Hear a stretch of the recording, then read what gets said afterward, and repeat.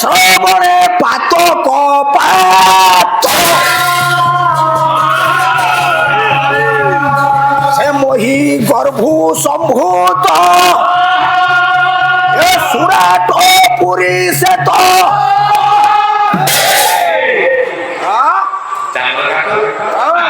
অলিখিত সৌন্দর্য স্রোত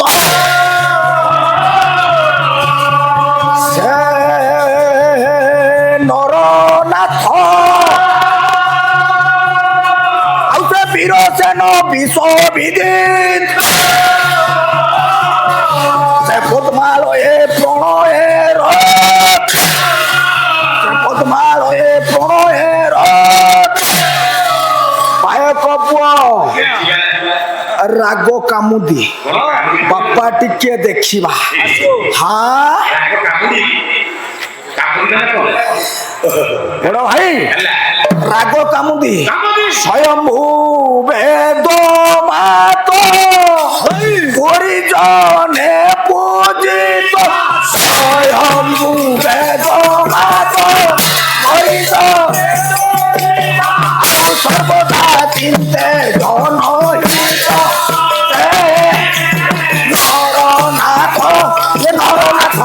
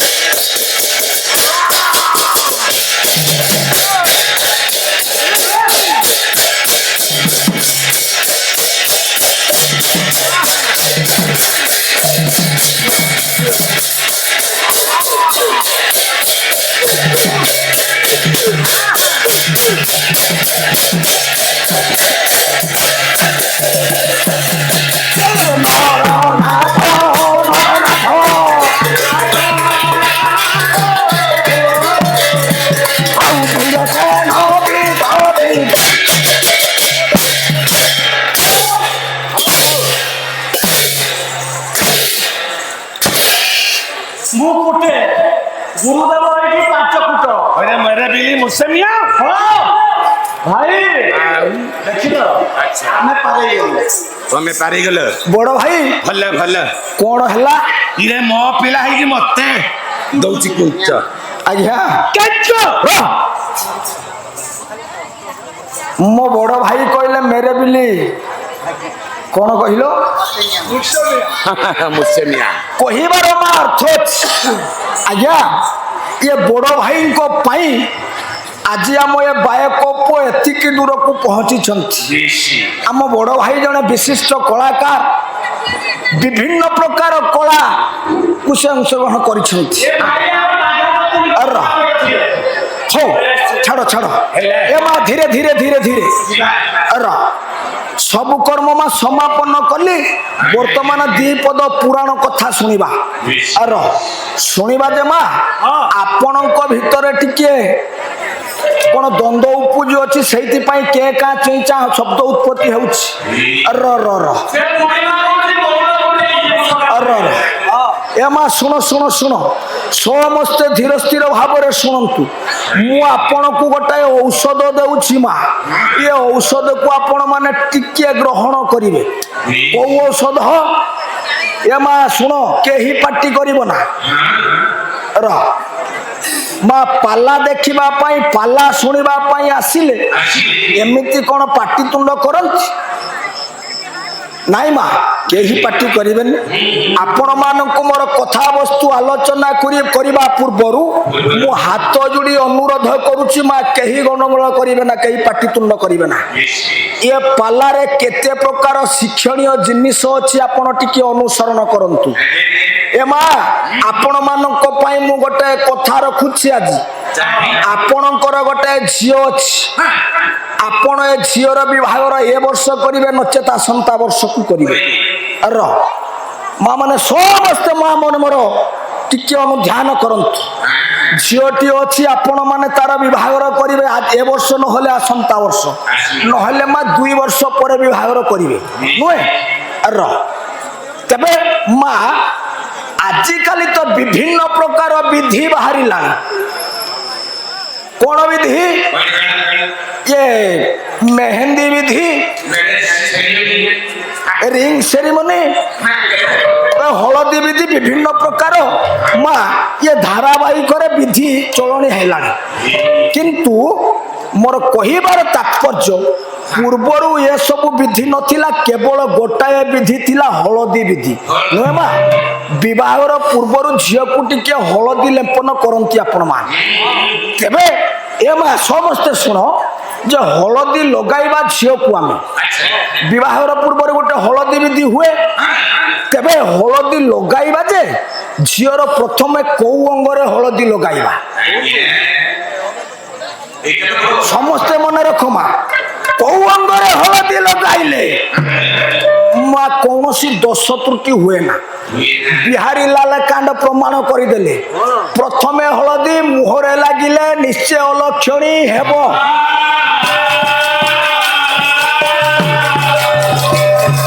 प्रथमे हलदी देहरे लागिले निश्चय विधवा होइब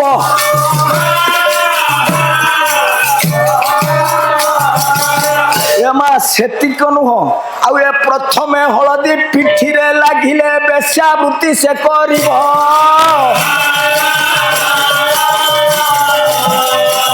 ये कुह तेबे मा प्रथमे कोउटी हलदी पुणी लागिब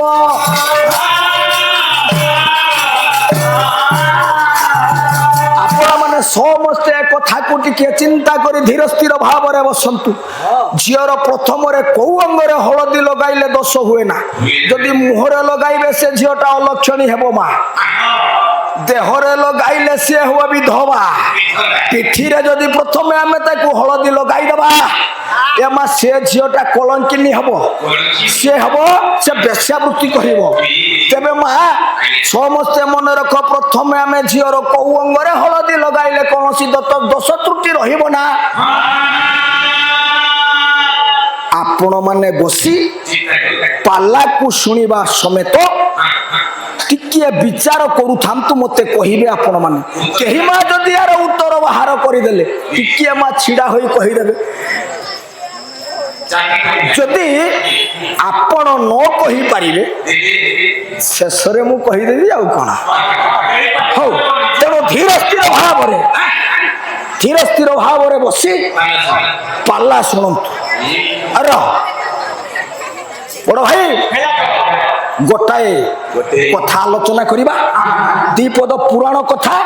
ए मा कैलाश दिनकर घटना कैलाश कंदर देवदेव महादेव आ माँ पार्वती बसी गोटाए प्रसंग चली कथा प्रसंग शंकर भगवान आरंभ करुछंती कथाटी उपजाई माँ पार्वती निकटरे बसी मुंड को हलाई समर्थन करुछंती धीरे धीरे मालो एतिकी बेले शिवंक गलारे गोटे सर्प थाए समस्ते देखी शिवंक गलारे गोटे नाग अच्छी नुहे कि माँ ये नागर लक्ष्यटा पड़ी आज माँ पार्वती उपरे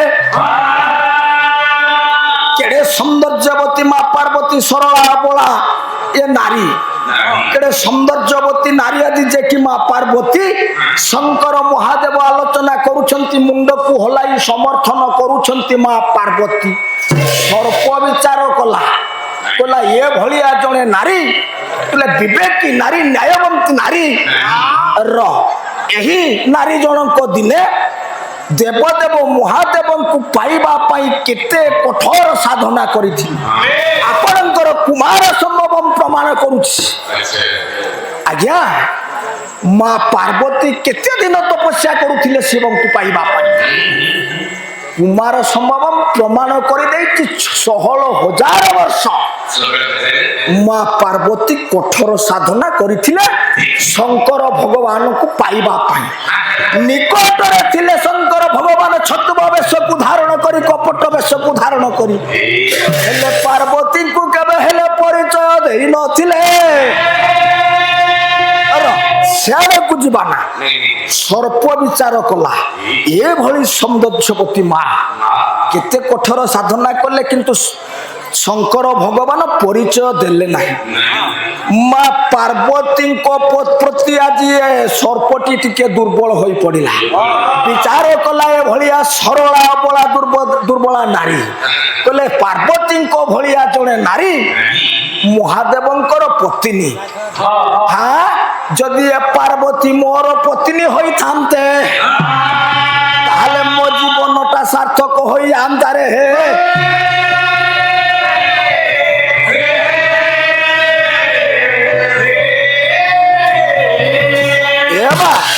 ଆଜି ସର୍ପ କହିଦେଉଛି ପାର୍ବତୀଙ୍କୁ ପତ୍ନୀ ରୂପରେ ପାଇବା ପାଇଁ। ଶଙ୍କର ଭଗବାନ ଅନ୍ତରଜାମୀ ଶଙ୍କର ଭଗବାନ ମହାଦେବ ଜାଣିପାରିଲେ ସର୍ପର ଅନ୍ତରର କଥା। ଏ ପରା ମଙ୍ଗଳମୟ ଠାକୁର ଏମା ପ୍ରଭୁଙ୍କ ନିକଟରେ ଦେବଦେବ ମହାଦେବଙ୍କର ନିକଟରେ ଆଜ୍ଞା ଯିଏ ନିଜର ମନର କାମନାକୁ ଜଣାନ୍ତି ଶଙ୍କର ଭଗବାନ କେବେ ହେଲେ କାହାକୁ ନିରାଶ କରିନଥାନ୍ତି। ଆଜି ଏ ସର୍ପ କହୁଛି ପାର୍ବତୀଙ୍କୁ ପତ୍ନୀ ରୂପରେ ପାଇବା ପାଇଁ। ତେଣୁ ଶଙ୍କର ଭଗବାନ ସଙ୍ଗେ ସଙ୍ଗେ ତଥାସ୍ତୁ ବୋଲି କହିଦେଲେ। କେତେବେଳେ ଶଙ୍କର ତଥାସ୍ତୁ ବୋଲି କହିଦେଲେ ନା ଉଠିକି ରୋଲ କରୁନ। ଯେତେବେଳେ ତଥାସ୍ତୁ ବୋଲି କହିଦେଲେ ଉଠି ପଡ଼ିଲେ ଖର୍ପର ଧାରିଣୀ ପାର୍ବତୀ। କହିଲେ ପ୍ରଭୁ ପ୍ରଭୁ ଏଭଳିଆ କଥା ତ ଆମର ନଥିଲା। ନା ନା, କାହିଁକି ଆପଣ ତଥାସ୍ତୁ ବୋଲି କହିଲେ? ଉଠି ପଡ଼ିଲେ ଆଜ୍ଞା ମା ପାର୍ବତୀ। କହିଲେ ପ୍ରଭୁ ତଥାସ୍ତୁ କାହାକୁ କହିଲେ? ଶଙ୍କର ଭଗବାନ ଟିକେ ହସିଦେଲେ। ଆଜ୍ଞା ମୋ ପଣ୍ଡିତ ସମାଜ ଟିକେ ମନ ଦେଇ ଶୁଣନ୍ତୁ। ତଥାସ୍ତୁ ଯେତେବେଳେ କହିଦେଇଛନ୍ତି ଶଙ୍କର ଭଗବାନ ପାର୍ବତୀ ପ୍ରତି ଉତ୍ତର ଦେଲେ କାହାକୁ ଆପଣ ତଥାସ୍ତୁ ବୋଲି କହିଲେ? କାହିଁକି ତଥାସ୍ତୁ ବୋଲି କହିଲେ? ଶଙ୍କର ଭଗବାନ କହିଲେ ହେ ପାର୍ବତୀ, କହିଲେ ହେ ଦେବୀ ଶୁଣିବ। ଶୁଣ କୁହ। ମୁଁ କାହାକୁ ତଥାସ୍ତୁ ବୋଲି କହିଲି? କହିଲେ ସର୍ପ ଏ ଯୋଉ ନାଗ ମୋ ଗଳାରେ ରହିଛି ଏ ନାଗ ଆଜି ତମକୁ ପତ୍ନୀ ରୂପରେ ପାଇବା ପାଇଁ ଇଚ୍ଛା ପ୍ରକାଶ କରୁଛି।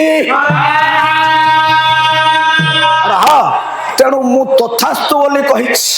ତମକୁ ସେ ପତ୍ନୀ ରୂପରେ ପାଇବ। ସ୍ୱାମୀ ଆଜ୍ଞା ଶଙ୍କର ଭଗବାନ ମହାଦେବ ଏବଂ ମା ପାର୍ବତୀ କେତେବେଳେ କଣ ରୂପ ନିଅନ୍ତି କହିହବ ନା। କେତେବେଳେ କାକ ରୂପ ନେଇଥାନ୍ତି ତ କେତେବେଳେ ମର୍କଟ ରୂପ ନେଇଥାନ୍ତି ତ କେତେବେଳେ ସର୍ପ ରୂପ ନେଇଥାନ୍ତି।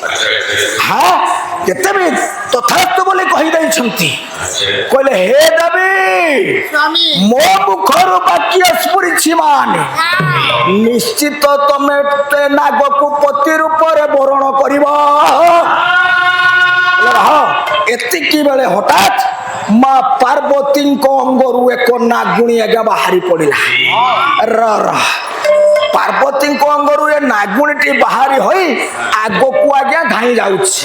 ଏତିକି ବେଳେ ଶଙ୍କର ମହାଦେବଙ୍କ ସ୍କନ୍ଧରେ ଥିବା ନାଗକୁ ଇଶାରି ଦେଲେ। କହିଲେ ହେ ନାଗ, କହିଲେ ହେ ସର୍ପ, ଏଇ ତମର ମନର କାମନା ପୂର୍ଣ୍ଣ ହୋଇଗଲା।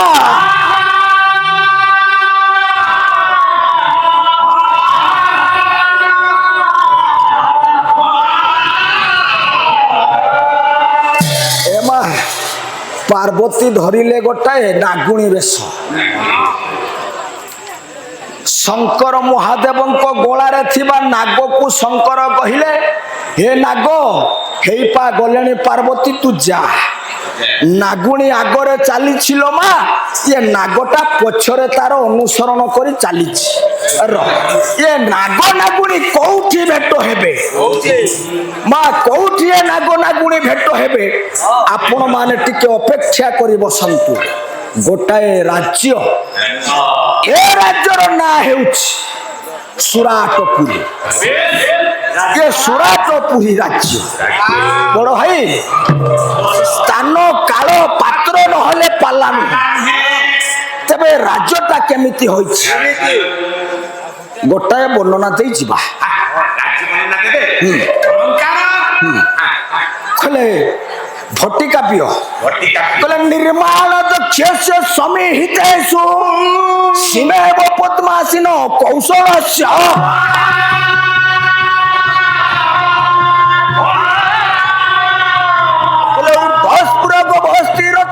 ଭିଜା ସ୍ଥିତା ବହସେବ ପୁରଙ୍ଗ ମଘନ ଲେଖିଲେ ବାଣ ଭଟ୍ଟ କେମିତି ହୋଇଛି ଏ ନବରଟା କହିଲେ ନିର୍ମାଣ ଦିଗରେ ପିତାମହ ବ୍ରହ୍ମା ଆଜ୍ଞା ବାୟକ ବାବୁ ବହୁତ ବଢିଆ ବଜାଉଛନ୍ତି ତାଙ୍କୁ ମୁଁ ମୁଗ୍ଧ ହୋଇ ଯାହା ଦେଇଛି ହଉ ବାୟକ ହଉ ହଉ ଆମ ବାୟକ ବନ୍ଧୁ କୁଶିଆଜୀ ଭାରତୀୟ 10ଟି ମୁଦ୍ରା ପ୍ରଦାନ କରିଥିବାରୁ ଶ୍ରୀ ସତ୍ୟନାରାୟଣ ମହାପ୍ରଭୁ ତାଙ୍କୁ ସର୍ବ ବିପଦରୁ ଘଣ୍ଟ ଗୋଡ଼ାଇ ରଖିଥାନ୍ତୁ ବୋଲ ସର୍ବାନନ୍ଦ ଗୋପାଳ ହରି ବୋଲ ଠିକ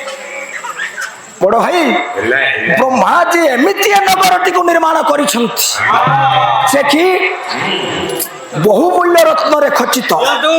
ହୀରା ନୀଳା ମୋତି ମାଣିକ୍ୟାଦି ବହୁମୂଲ୍ୟ ରତ୍ନରେ ଖଚିତ ବିଭିନ୍ନ କୌଶଳ କାରୁକାର୍ଯ୍ୟ କରି ଏ ନଗରଟିକୁ ନିର୍ମାଣ କରିଛନ୍ତି ଯେ କି ଆଜି ଏ ନଗରଟି ଇନ୍ଦ୍ର କଟକକୁ ନିନ୍ଦା କରୁଛି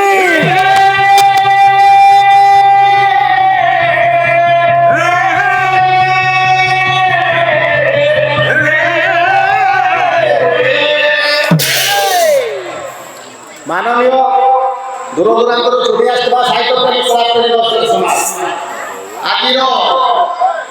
ଏହି ମଞ୍ଚରେ ମଞ୍ଚାସୀନ ହୋଇଥିବା ଗାୟକ ମାସ ସୁଦୂରରୁ ଛୁଟି ଆସିଛନ୍ତି ବାରିପଦା ତାଙ୍କର ମଙ୍ଗଳାଚରଣ ଏବଂ ଗାଇର ଅଭିନୟରେ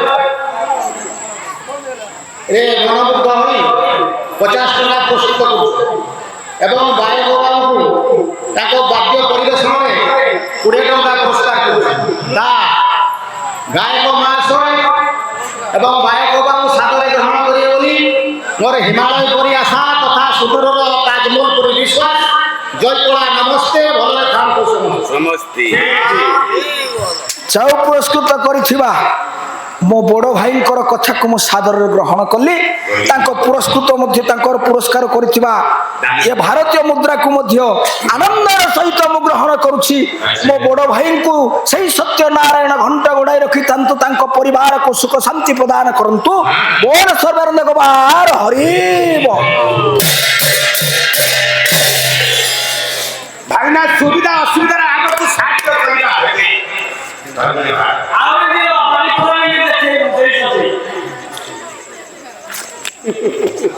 ବଡ଼ ଭାଇ ଏମିତି ନଗରଟି ହୋଇଛି ଆଜି ଇନ୍ଦ୍ର କଟକକୁ ନିନ୍ଦା କରୁଛି ଆଉ ବର୍ଣ୍ଣନା ଦେବା ନାହିଁ ତେବେ ନଗର ହେଲା ଏଭଳିଆ ରାଜା କିଏ ରାଜା ହେଉଛନ୍ତି ବୀରସେନ ତେବେ ଏ ବୀରସେନ ରାଜା କେମିତି ବଡ଼ ଭାଇ ଟିକେ ରାଜାଙ୍କର କୀର୍ତ୍ତି ବର୍ଣ୍ଣନା କରିବା ଏ ତ ବାଦ ପାଲା ତେବେ ଟିକେ ଛୁଙ୍କ ନଦେଲେ ଭଲ ଲାଗିବନି ବଡ଼ ଭାଇ ଲେଖିଲେ ଜଣେ ବରଣ୍ୟ ଗାୟକ ହରିନାଥ ଯୋଗୀ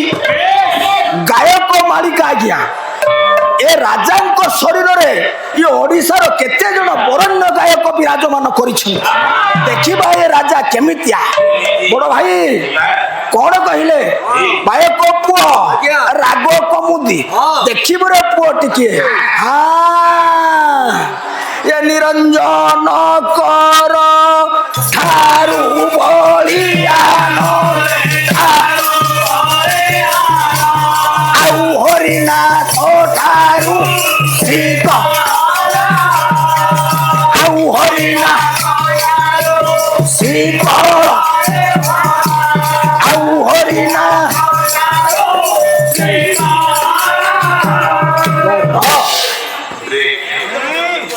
ଘନ ନାୟକଙ୍କ ଠାରୁ ନ୍ୟାୟ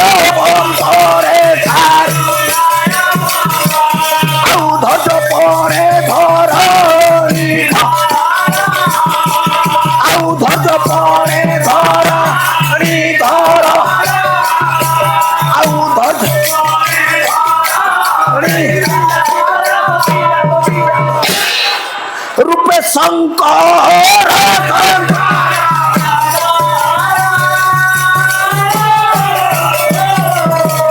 ଆଉ ହରିଦର ପଥରେ ତୁ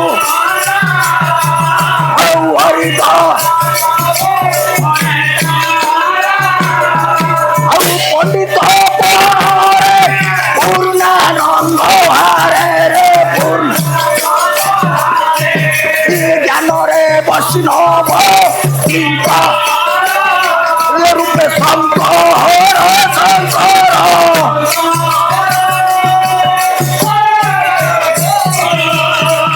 ହରିଦର ପଥରେ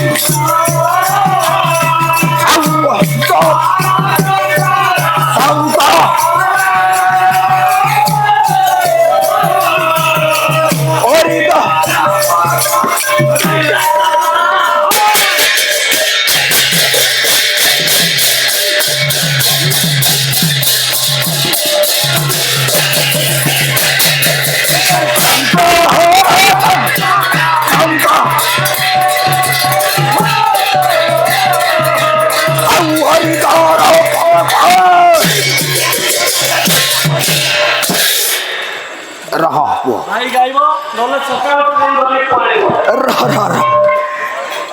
କେତେ ଜଣ ଗାୟକ ଅଛନ୍ତି ଆଜ୍ଞା ଆଜ୍ଞା କହିଲେ ନିରଞ୍ଜନ କର କର ଓଡ଼ିଶାର ଜଣେ ବରେଣ୍ୟ ଗାୟକ ଆଜ୍ଞା ଆଜ୍ଞା ନିରଞ୍ଜନ କର ଆଉ କିଏ ହରିନାଥ ଯୋଗୀ ଆଉ କିଏ ଆଉ କିଏ ଘନଶ୍ୟାମ ନାୟକ ନାୟକ ଆଉ କିଏ ସେ ଆସିଲେ ନା ଓଡ଼ିଶାର ଜଣେ ବରେଣ୍ୟ ଗାୟକ ଏବେ ମଧ୍ୟ ପାଲା ପରିବେଷଣ କରୁଛନ୍ତି ଧରଣୀଧର ନାୟକ ନାୟକ ପୁଅ ରୂପେ ଶଙ୍କର ଅରି ଦରପ କରେ ଚୁର ଆଉ ଜଣେ ଗାୟକ ଅଛନ୍ତି ପଣ୍ଡିତ ପଣରେ ପୂର୍ଣ୍ଣାନନ୍ଦ ହାରେ ଆଜ୍ଞା ଆଉ ଜଣେ ଗାୟକ ହେଉଛନ୍ତି ପୂର୍ଣ୍ଣାନନ୍ଦ ନାୟକ କହିଲେ ଜ୍ଞାନରେ ବୈଷ୍ଣବ କିଙ୍କର ଶେଷରେ ଆଜ୍ଞା ବୈଷ୍ଣବ ପାଣି ଅଛନ୍ତି ଏଇଭଳି ଆଜ୍ଞା 7 ଜଣ ଗାୟକ ଏ ରାଜାଙ୍କ ଶରୀରରେ ଉପବେଶନ କରିଛନ୍ତି କେମିତି ଅଛନ୍ତି ଦେଖିବା ହଁ ଖାଲି ଗାଇଲେ ହବନି ଏର ଅର୍ଥ କରିବାର ନିତାନ୍ତ ଦରକାର କହିଲେ କଣ କହିଲେ ନିରଞ୍ଜନ କର ଠାରୁ ବଳିଆନ ଭାଇଙ୍କର ଦେହ ହଲୁନି ରହ ହଲିବ ହଲିବ ଆଉ ଥରେ ପଡ଼ିଲେ ଠିକ ହଲିବ ରହ ବଡ଼ ଭାଇ ନିରଞ୍ଜନ ହେଲେ କିଏ ସୂର୍ଯ୍ୟ କର ବୋଲନ୍ତେ କିରଣ କହିଲେ ସୂର୍ଯ୍ୟଙ୍କର କିରଣ ଠାରୁ ଆଙ୍କର ଶକ୍ତି ଆଜ୍ଞା ବଢିବା ଆଉ କଣ ହରିନାଥ ଠାରୁ ଶୀତଳ ହରି ବୋଲନ୍ତେ ରାତିରେ ନାଥ ବୋଲନ୍ତେ ଚନ୍ଦ୍ର ରାତ୍ରିର ନାଥ ହେଲେ କିଏ ନା ଚନ୍ଦ୍ର ବଡ଼ ଭାଇ ଚନ୍ଦ୍ର ଯେତେବେଳେ ପଣ୍ଡିତ ଆକାଶରେ ଉଦୟମାନ ହୁଅନ୍ତି ଏ ଧରା ପୃଷ୍ଠ ଯେପରି ଶିଥିଳତା ଲାଭ କରେ ତଦ୍ରୂପ ରାଜାଙ୍କର ମନ ଆଜ୍ଞା କମଳ ବୋଲେ ଆଉ କଣ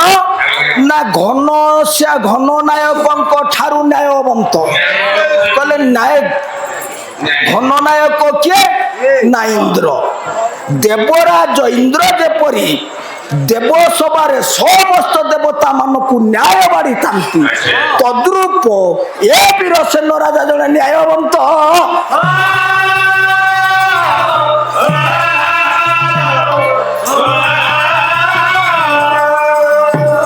କହିଲେ ଧୈର୍ଯ୍ୟ ପଣେ ଧରଣୀ ଧର ବଡ଼ ଭାଇ ଧରଣୀ ଧରଣୀ ଅର୍ଥ ପୃଥିବୀ ପଣ୍ଡିତେ ଏ ପୃଥିବୀ ପୃଷ୍ଠରେ ଆମେ କଣ ନାହିଁ କଣ କରିପାରିଛି ତଥାପି ଏ ଧରଣୀ ରାଣୀ ଏ ପୃଥିବୀ ମାତା ଆଜ୍ଞା ଆମକୁ କୌଣସି ପ୍ରତି ଉତ୍ତର ଦେଇଛି ତା ଠାରୁ ଧୈର୍ଯ୍ୟବତୀ କିଏ ଅଛି ତଦ୍ରୂପ ଏ ରାଜା ଜଣେ ଧୈର୍ଯ୍ୟଶୀଳ ରାଜା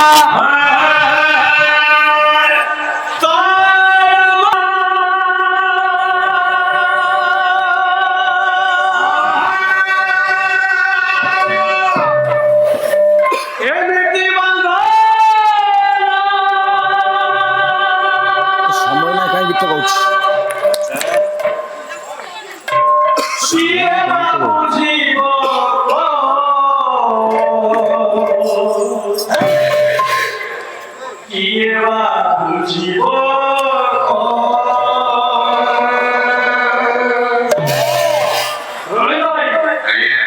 এই গীতটি পুরি অনুরোধ করবে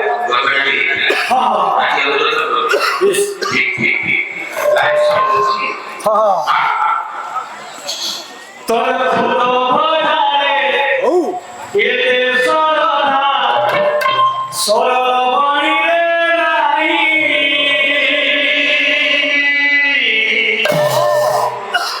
তোর বন্ধু পরে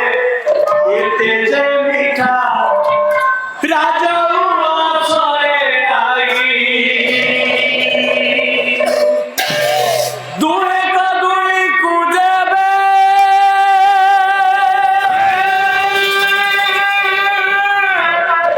ওলে গালু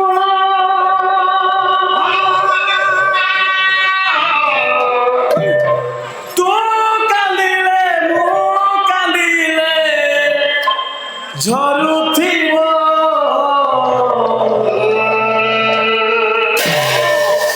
শ্রীকৃষ্ণ ভাই সুরামানো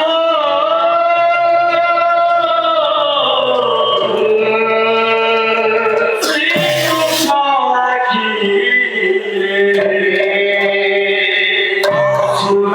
সুরামানো শ্রীকৃষ্ণ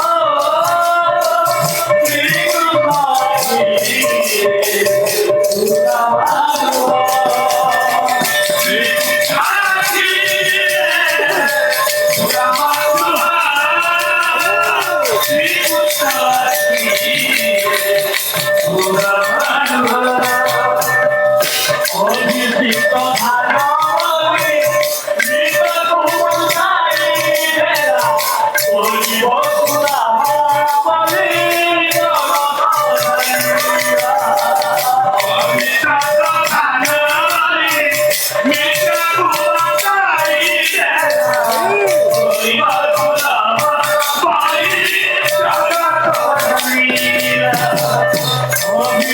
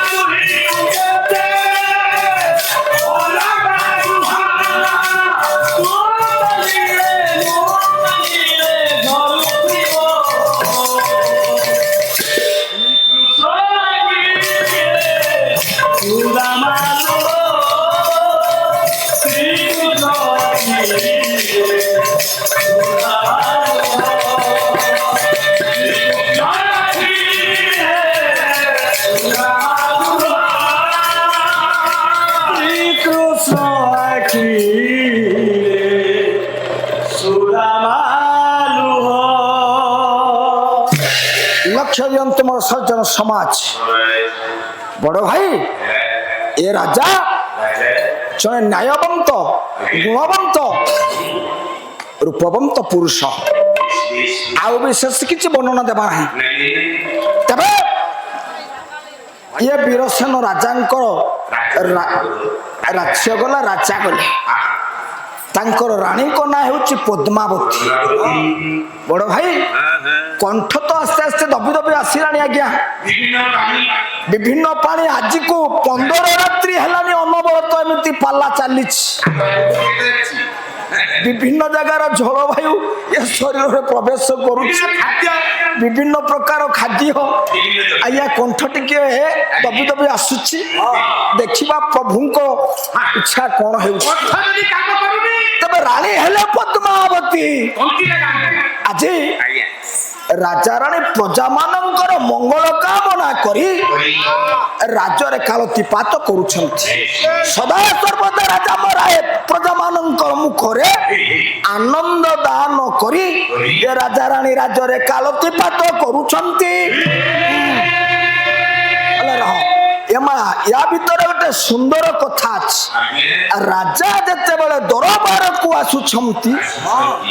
ଟିକିଏ ମନରେ ଆନନ୍ଦ ଉପୁଜୁଅଛି ଅର୍ଥାତ୍ ପ୍ରଜାମାନଙ୍କର ମୁଖରେ ଆନନ୍ଦ ଦାନ କରିବା ପାଇଁ ଯେତେବେଳେ ରାଜନଗରକୁ ଯାଉଛନ୍ତି ଏ ରାଜା ମନ ମଧ୍ୟରେ ହେ ଦୁଃଖ ଦୁଃଖ ଭରି ଯାଉଛି ଆଜି ଏ ରାଜାଙ୍କ ମନରେ ଏ ମା ଇଏ ରାଜାଙ୍କର ପୁଣି କଣ ଦୁଃଖ ପଡିଲା ରାଜା କାହିଁକି ନଗର ମଧ୍ୟରେ ଦୁଃଖରେ କାଳତିପାତ କରୁଛନ୍ତି ରାଜାଙ୍କର କଣ ବିପିଏଲ ସେ କଥା ନ ଓଳିଆ କରନା ବଡ ଭାଇ ରାଜା କାହିଁକି ଦୁଃଖ ମନରେ କାଳତିପାତ କରୁଛନ୍ତି କାବ୍ୟ ଅନ୍ନପୂର୍ଣ୍ଣା କବି ଆମ ମୟୂରଭଞ୍ଜ ଜିଲ୍ଲାର ଜଣେ କବିଙ୍କର କଥା ମୁଁ କହିବି ଆଜ୍ଞା ମାନେ ମୋର ଲକ୍ଷ୍ୟ ଦେବେ ବର୍ତ୍ତମାନ ସେ କବି ଜଣଙ୍କ ଶଯ୍ୟାଶାୟୀ ଅବସ୍ଥାରେ ଅଛନ୍ତି ଆଜ୍ଞା ମୁମୂର୍ଷୁ ଅବସ୍ଥା କେତେବେଳେ କଣ ହେବ ତାହା କହିହେବ ନା ତାଙ୍କରି କଲମ ମୁଣ୍ଡରୁ ଗୋଟାଏ ପଦ ବାହାରି ପଡିছে ଯେ ଦେଖିବା ରାଜା କାହିଁକି ଦୁଃଖ ପ୍ରକାଶ କରୁଛନ୍ତି ବଡ ଭାଇ ଅତୁଳ ବିଭବେ ଥିଲେ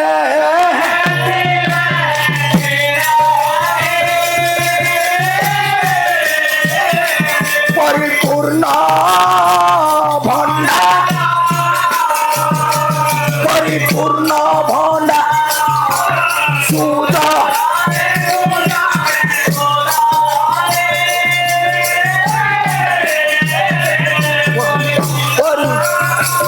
ପଣ୍ଡା ଆଉ ଅକଳ ପାଉଛ ବଂଶ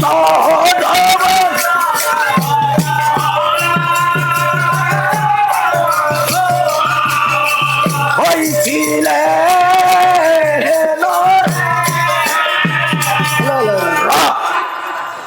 ଗୋଟାଏ ଉଚ୍ଚ ବଂଶରେ ଜନ୍ମ ଗ୍ରହଣ କରିଛନ୍ତି ଏ ରାଜା ଅନେକ ଧନ ସମ୍ପତ୍ତିରେ ପରିପୂର୍ଣ୍ଣ ହୋଇ ରହିଛି ଏ ମା ଜଣେ ଗୋଟାଏ ବଡ ଚାକିରି କରିଥିବ ଅନେକ ଧନ ସମ୍ପତ୍ତି ତାର ଥବ ସେ ଭଳିଆ ଲୋକଙ୍କ ମନରେ କାହିଁକି ଦୁଃଖ ଆସେ ସେଇ କବି ଜଣକ ଲେଖିଦେଲେ ଆଜ୍ଞା ନାଁଟି ହେଉଛି ତାଙ୍କର କିଶୋର ଚନ୍ଦ୍ର ଭଞ୍ଜ ଅନ୍ନପୂର୍ଣ୍ଣା କାବ୍ୟ ବଡ ଭାଇ କଣ କହିଲେ ଆଜି ଏ କବି ଜଣକ ଅନର୍ଗ ସୁପାରି ଛଦରେ ଜାପୁଥିଲେ ସେଦିନ ଜାପୁଥିଲେ ସେଦିନ ଜାପୁଥିଲେ ସେଦିନ ଆଉ ଅସାର ମଳାଇ ବିଷକୁ ସିନା ସନ୍ତାନ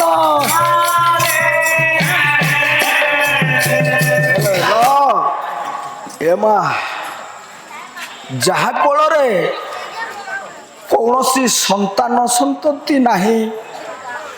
ତା ମନରେ କଣ କେବେ ଆନନ୍ଦ ଉପୁଜି ପାରିବ ମା ଚାହେ ଅପୁତ୍ରିକ ଦୋଷରେ ଯିଏ ଲିପ୍ତ ଥିବ ତା ମନରେ କେବେ ହେଲେ ମା ଆନନ୍ଦ ଉତ୍କଣ୍ଠା ଜାତ ହେବ ନା ଆଜି ଏ ବୀର ସେନ ରାଜାଙ୍କର ଭବିଷ୍ୟତର ଉତ୍ତରାଧିକାରୀ ନିମନ୍ତେ ତାଙ୍କ କୋଳରେ କୌଣସି ସନ୍ତାନ ସନ୍ତତି ନାହିଁ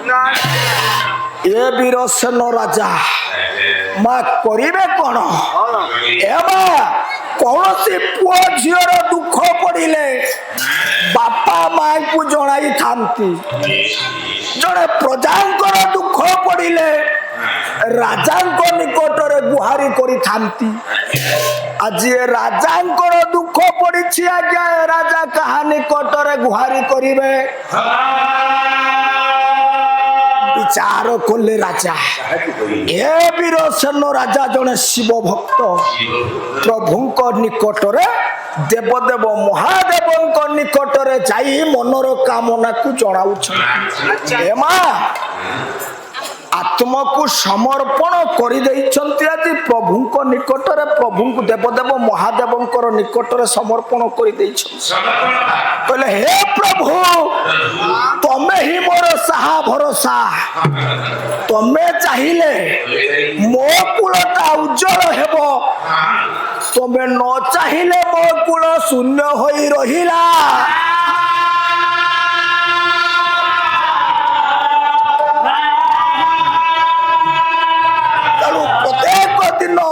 ବୀରସେନ ରାଜା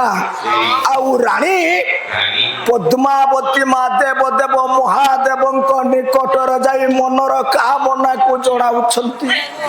ପ୍ରଭୁଙ୍କ ନିକଟରେ ଯାଇ ସ୍ତୁତି ପାଠ କରୁଛନ୍ତି ଆଜି ରାଜା ରାଣୀ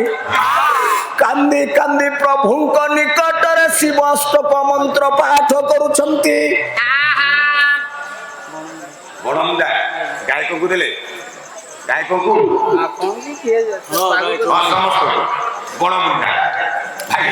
ହଉ ପୁରସ୍କୃତ କରିଥିବା ମୋ ଭାଇଙ୍କର ସରସ୍ମିନୀ କାଳେ ଆରାଧ୍ୟ ଦେବତା ଶ୍ରୀମନାରାୟଣ ତାଙ୍କର ସର୍ବାରିଷ୍ଟ ଖଣ୍ଡନ କରନ୍ତୁ ତାଙ୍କର ପରିବାରକୁ ସୁଖ ପ୍ରଦାନ କରନ୍ତୁ ବୋଲ ସର୍ବାନନ୍ଦ କବା ହରିବ ପ୍ରଭୁଙ୍କ ନିକଟରେ ଯାଇ ମା ପ୍ରାର୍ଥନା କରୁଛନ୍ତି ଆଜି ଶିବ ଷଡ଼ାକ୍ଷରୀ ମନ୍ତ୍ର ପାଠ କରୁଛନ୍ତି ଏ ମା ମୁଁ ଟିକେ ଶିବ ଷଡ଼ାକ୍ଷରୀ ମନ୍ତ୍ର ଏ ପବିତ୍ର ମଞ୍ଚ ଉପରେ ପାଠ କରିବି ଆପଣ ମାନେ ଟିକେ କର୍ଣ୍ଣଗୋଚର କରିବେ ଆଉ ମାଲ ମୋର ମୁଁ ଯେତେବେଳେ ଶିବାକ୍ଷରୀ ମନ୍ତ୍ର ପାଠ କରିବି ଏମା ଟିକେ ହୁଳହୁଳି ନାଦ କରିବେ ଭାଇ ମାନଙ୍କୁ ମୋର ଅନୁରୋଧ ଟିକେ ହରିବୋଲ ନାଦ କରିବେ। ଏମା ଯେ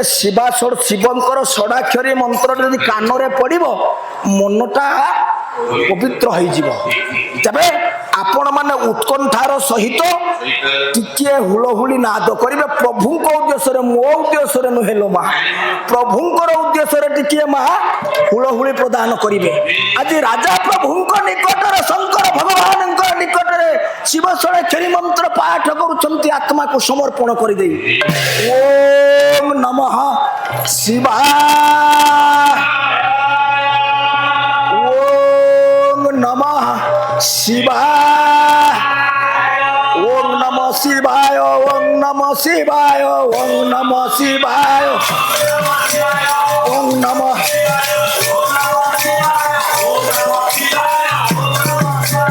ଓଙ୍କାର ବିନ୍ଦୁ ସଂଯୁକ୍ତ ନିତ୍ୟ ଦୁହନ୍ତି ଯୋଗିନାଂ କାମ ଦାମ ଦକ୍ଷ ଶୈବ ଓଙ୍କାରାୟ ନମଃ ନମଃ।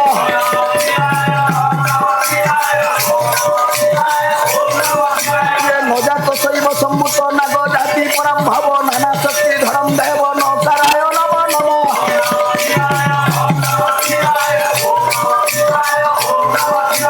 মহাদেব মহাত্মান মহাযোগী মহেশ্বর মহাপাপ হরম দেব নকারায় নম নম।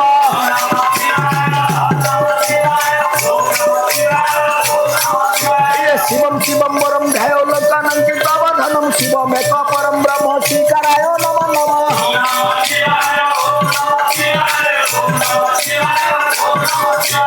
বাহন বৃষভ যশ বাসুকি কণ্ঠে ভূষণ বাম শক্তি ধরম দেব বাকারায় নম নম।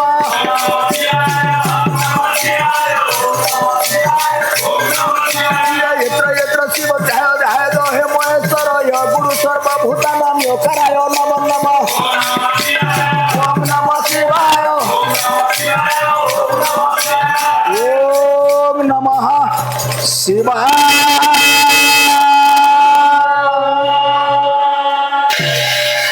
एमा प्रत्येक दिन राजा राणी जाई प्रभुंक निकटरे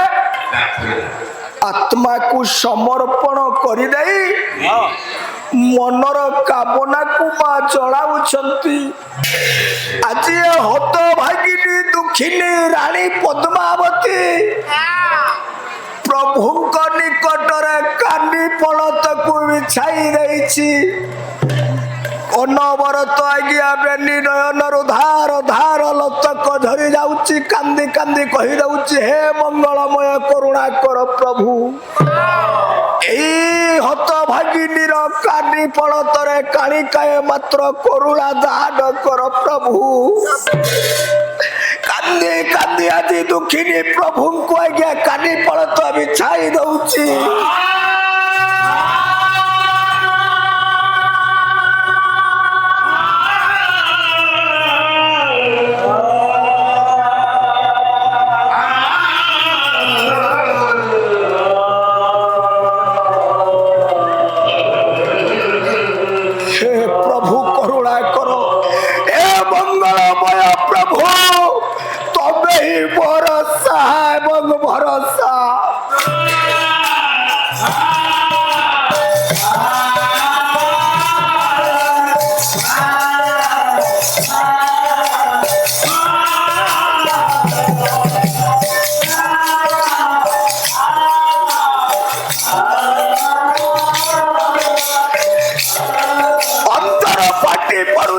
राजा रानी प्रभु निकटरे समर्पण कर केते पूजा मानसिक बाढ़ी रही आज राजा रानी किछि दिन अंते प्रभुंकर आशीर्वाद आसी बड़ भाई केते जप तप पर राजा रानी विधाता आशीर्वाद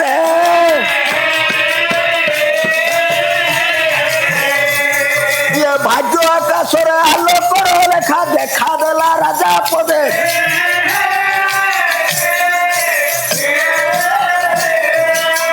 एमा किछि दिन परे प्रभुंकर देवदेव महादेवंकर आशीर्वाद फल राजा रानींकर मिलन फल रानी पद्मावती हेले अंतसत्वा। ବଡ ଭାଇ ଦିନ ପରେ ଦିନ ବିତି ଚାଲିଛି ଆଉ କିଛି ବର୍ଣ୍ଣନା ଏଠି ଦେବା ନା ଏମା ମାସ ପରେ ମାସ ଗର୍ଭବର୍ତ୍ତିତ ହେବାକୁ ଲାଗିଛି ଠିକ 10 ମାସ ପୂର୍ଣ୍ଣ ହୋଇଗଲା ଯେତେବେଳେ 10 ମାସ ପୂର୍ଣ୍ଣ ହୋଇଯାଇଛି ହେଲା କଣ ଘଟଣା କବି କହିଲେ ଗୋଟାଏ ପଦ ଛାନ୍ଦ କଣ କହିଲେ ନାଇଁ ବଡ ଭାଇ ଆଉ ଛାନ୍ଦ ଖାଇବା ନା ସମୟ ହେଲାଣି କଥାବସ୍ତୁକୁ ଟିକେ ଆଗକୁ ନେବା ବିଂଶ ପକ୍ଷ ବିଂଶାର୍ଦ୍ଧ ଦିବସ ଶେଷେ ପୁତ୍ର ହୋଇଲା ଜନ୍ମ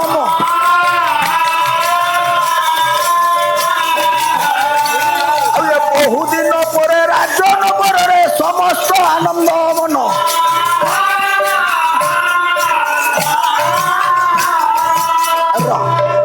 কবি কহিলে কবি কহিলে মা বিংশ পক্ষ বিংশ বলন্তে 20 এটে সুন্দর ন্যায় দেখন্তু কইলে বিংশ পক্ষ বিংশার্ধ দিবস শেষে आपण माने बुझिले कोन ना बिंश माने जदी 20 हैला मा 20 पक्ष होले केते मास 10 मास अरे बड़ बड़ कोन ना बिंश पक्ष मास को जदी मा दुईटी पक्ष हैला 20 पक्ष को हैला केते 10 मास बोले बिंशार्ध दिवस बिंश अर्धक बिंशार्धक एमा 20 रो धा केते 10 कवि केमिति कहिले 10 मास 10 दिन तबे समस्त आपण माने विचार करंतु गोटाए शिशु मातृ गर्भरे केते दिन रहे 10 मास 10 दिन एमा जदि 10 मास 10 दिन हैला तबे से नारी रो गर्भटा केते मास हैला 11 मास हैला न की 10 मास आउ 10 दिन केते मास हैला 11 मास गोटे शिशु गर्भरे कोन 11 मास रुहे ना विज्ञान प्रमाण करूछि गोटे शिशु मातृ गर्भरे केते दिन रहिबो ना 280 दिन ताले 280 दिन हेले मा केते मास 9 3 की 27 9 मास हेले 270 दिन आउ 10 दिन मा मिसाई देले हला केते 280 दिन अर्थात कहिबार अर्थ 9 मास पूर्ण होई जिवो 10 मासर 10 दिन रे शिशु आज्ञा भूमिष्ठ होई थाए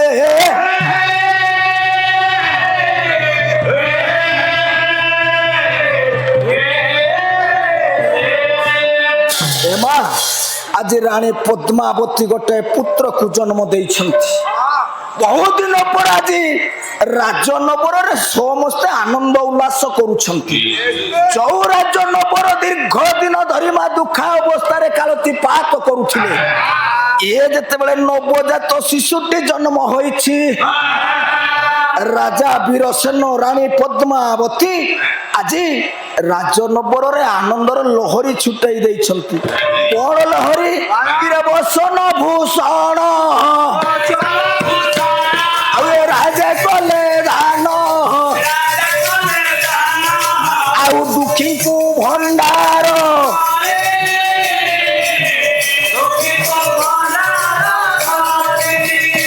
ये समस्त मन ये आनंद भइले आउ सुखे उछुड़िला पूरी